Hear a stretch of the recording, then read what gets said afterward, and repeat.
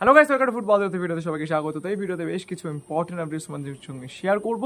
তো বিশেষ করে তোমাদের অনেক কোশ্চেন্স রয়েছে, বিশেষ করে যারা ফুটবল দুনিয়াকে দীর্ঘদিন ধরে ফলো করছো, ফুটবল দুনিয়া ফ্যামিলির দীর্ঘদিনের লয়াল মেম্বার, যারা যখন ডেভিড দিয়ামান্তাকোস, মাধি তালাল এসেছিল, তারা যখন হই হই করে আমাকে সাপোর্ট করেছো, বা যখন প্রফসুকান সিং গিল এসেছিল তারা যখন প্রচণ্ড অ্যাপ্রিসিয়েট করেছো, এবং অবশ্যই যখন অ্যাপুইয়ার ডিলটা মেলেনি তখনও পাশে ছিলে, তাদের জন্য স্পেশালি এই ভিডিওটা।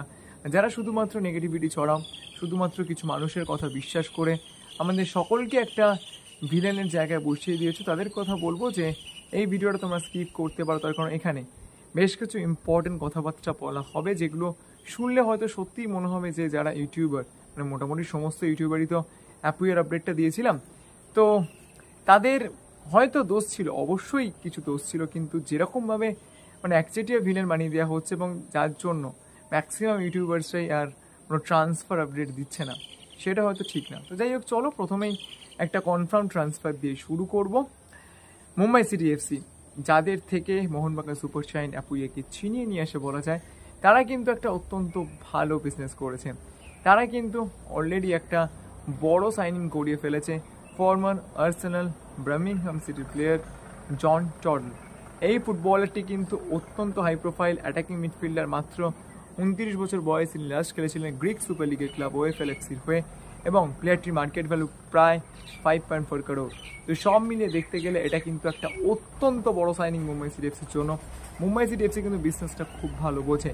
একটা পজিশনের প্লেয়ারকে তারা ছেড়ে দিয়েছে মোটে ট্রান্সফার ফির বিনিময়, এবং একজন ইন্ডিয়ান প্লেয়ারের বদলে তারা কিন্তু খুব ভালো মানের একজন বিদেশি প্লেয়ারকে কনফার্ম করে ফেললো। এটা কিন্তু নিঃসন্দেহে মুম্বাই সিটি এফসির ফ্যান্সের জন্য অত্যন্ত স্বস্তির একটা খবর, এবং অবশ্যই একটা খুব বড় সাইনিং। ইস্টবেঙ্গলকে কিন্তু ঠিক এইরকমভাবে বিজনেসটা করতে হবে, বিজনেসটা এমনভাবে করতে হবে যাতে প্লেয়াররা অ্যাট্রাক্ট হয়। তো দেখো, অ্যাপুইয়ার ব্যাপারটা নিয়ে নতুন করে কিছু বলবো না, তার কারণ যেটা হয়ে গিয়েছে সেটা নিয়ে বলে কোনো লাভ নেই। ইভেন আমরা প্রত্যেকেই জানি ইস্টবেঙ্গল কত দিন পর্যন্ত ওয়েট করেছে অ্যাপুইয়ার জন্য। ইভেন যার নিউজের মাধ্যমে আমরা জানতে পেরেছিলাম যে অ্যাপুইয়া মোহনবাগান সুপার জায়ান্টে আসবেন, সেই তিনি কিন্তু মানে বেশ কিছু জায়গায় এইটা বলেছেন যে মানে সেই পেপার থেকে ঠিক করেই ফেলা হয়েছিল পরের দিন সকালে নিউজ হবে অ্যাপুইয়া ইস্টবেঙ্গলে আসছে। এর মাঝে সঞ্জীব গোয়েঙ্কা বাবু যেরকমভাবে ডিলটা সিকিওর করেছে সেটা অবশ্যই প্রশংসার যোগ্য, এটা নিয়ে তো কোনো কিছু বলারই নেই। ইস্টবেঙ্গল অনেক দিন ধরে একটা ডিলকে টেনে নিয়ে এসেও সেটা ক্র্যাক করতে পারেনি, সেটা ওনারা মাত্র 24 আওয়ার্সের মধ্যেই ক্র্যাক করে ফেলেছেন, এটা তো বিশাল ব্যাপার। কিন্তু ইস্টবেঙ্গলকে যেটা করতে হবে লং টার্ম অফার, তার কারণ যারা ইয়ং প্লেয়ার্স রয়েছে তারা কিন্তু কিছুটা সিকিউরিটি চায়। তো সেই জন্য সময় অনেকটা চলে গিয়েছে, পেছন ফিরে তাকিয়ে কোনো লাভ নেই। ইস্টবেঙ্গল ম্যানেজমেন্ট কিন্তু তাদের রিক্রুটিং টিমকে এইটুকু বলে দিয়েছে, সিডিএম এবং সিএম পজিশনের জন্য প্লেয়ারদেরকে 1 উইকের মধ্যেই কনফার্ম করে ফেলতে হবে। তার কারণ যত দেরি হবে, যতক্ষণ ধরে সাইনিংটা ডিলে হবে, তত কিন্তু অন্য ক্লাবের পসিবিলিটি থাকবে রেসে চলে আসার জন্য।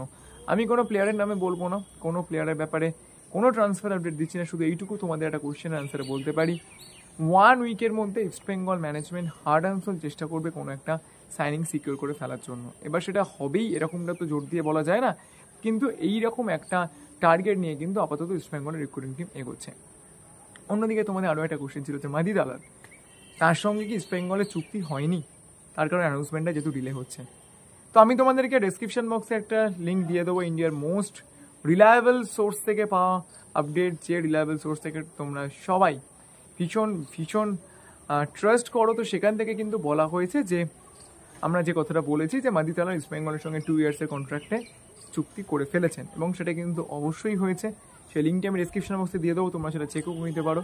মাধি তালালের অ্যানাউন্সমেন্টটা কেন আসছে না সেটা কিছুটা সারপ্রাইজিং, তার কারণ মানডে কিন্তু আমি জানতাম যে 4-5 দিনের মধ্যে অ্যানাউন্সমেন্ট চলে আসবে, কিন্তু সেটা এখনো পর্যন্ত আসলো না, আজকের ফ্রাইডে হয়ে গেল। তো খুব তাড়াতাড়ি কিন্তু মাধি তালালের অ্যানাউন্সমেন্টটা চলে আসবে, এইটুকু আমি তোমাদেরকে বলতে পারি। অন্যদিকে তোমরা অনেকে জিজ্ঞেস করেছো যে ইস্টবেঙ্গল কোচ কার্লোস কোয়াদ্রাত কবে আসবেন, তো সেক্ষেত্রে আমি বলবো যে কার্লোস কোয়াদ্রাত এবং তার যারা সাপোর্ট স্টাফসরা থাকবেন এবং তার সঙ্গে সঙ্গে ইস্টবেঙ্গলের ফরেন প্লেয়ার্স, তারা কিন্তু ভিসার জন্য অ্যাপ্লাই করলো, এখনও পর্যন্ত তারা কিন্তু ভিসা পাননি। গভর্নমেন্টের তরফ থেকে তাদের ভিসা এখনও পর্যন্ত অ্যাপ্রুভড হয়নি। তো ভিসা অ্যাপ্রুভড হলেই কিন্তু তারা চলে আসবেন, জুনের লাস্টের দিকে তাদের আসার একটা পসিবিলিটি ছিল। তো সেটা কতটা হবে এখনও পর্যন্ত বলা যাচ্ছে না, পুরোটাই কিন্তু তাদের ভিসার উপরে দাঁড়িয়ে রয়েছে। তো তো তোমাদের মোটামুটি সবকটা কোশ্চেন্সের আনসার দিতে পারলাম। তো এরপর একটা খুব গুরুত্বপূর্ণ বিষয় নিয়ে কথা বলবো। ইন্ডিয়ান ন্যাশনাল ফুটবল টিমের সদ্য প্রাক্তন কোচ ইগোর স্টিমাচ তিনি কিন্তু আবারও কিছু বিস্ফোরণ ঘটিয়েছেন। তিনি বলেছেন যে এআইএফএ বারবারই হস্তক্ষেপ করেছে টিম বিল্ডিংয়ে, ইভেন এশিয়ান গেমসের জন্য তিনি যে প্লেয়ার লিস্ট জমা দিয়েছিলেন সেখান থেকে কিন্তু বেশ কিছু কাটছাট করা হয়েছে। বিশেষ করে তিনি আরও একটা গুরুতর অভিযোগ করেছেন যে এআইএফএফ এর প্রেসিডেন্টের তরফ থেকে নাকি বেশ কিছু আইএসএল ক্লাবসদের সঙ্গে কথাবার্তা বলার পরে নাকি প্লেয়ার্স কাদেরকে ছাড়া হবে সেই সব নিয়ে কিন্তু সিদ্ধান্ত কোচের ওপর চাপিয়ে দেওয়া হয়েছে। এরকম অনেক অভিযোগ তিনি করেছেন এবং তিনি বলেছেন যে আগের ইয়ারে তিনি রিজাইন করতেন, কিন্তু এআইএফএফ তার সঙ্গে কন্ট্রাক্ট এক্সটেন্ড করে। তো সব মিলে এই মুহূর্তে কিন্তু আরও একটা নতুন বিতর্ক তৈরি হলো ইন্ডিয়ান ফুটবলে। তো দেখা যাক এই বিতর্ক কোথায় গিয়ে থামে। ইন্ডিয়ান ফুটবল পিছোচ্ছে, কিন্তু বিতর্ক তো একের পর এক তৈরি হয়েই চলেছে। তো চলো, ভিডিওটা এই পর্যন্ত ছিল। যদি ভিডিওটা ভালো লাগে তাহলে প্লিজ লাইক করে দিও, আর মনে করে আমার চ্যানেলকে সাবস্ক্রাইব করতে ভুলো না। আর অবশ্যই শেয়ার করো মানুষজনের সঙ্গে, যারা যারা ফেসবুক গ্রুপে জয়েন করতে চাও। ফেসবুক গ্রুপের লিঙ্ক ডিসক্রিপশন বক্সে রয়েছে, সেখান থেকে তোমরা ফলো করে নিতে পারো। তো চলো এখন এই পর্যন্ত দেখা হচ্ছে পরে ভিডিওতে।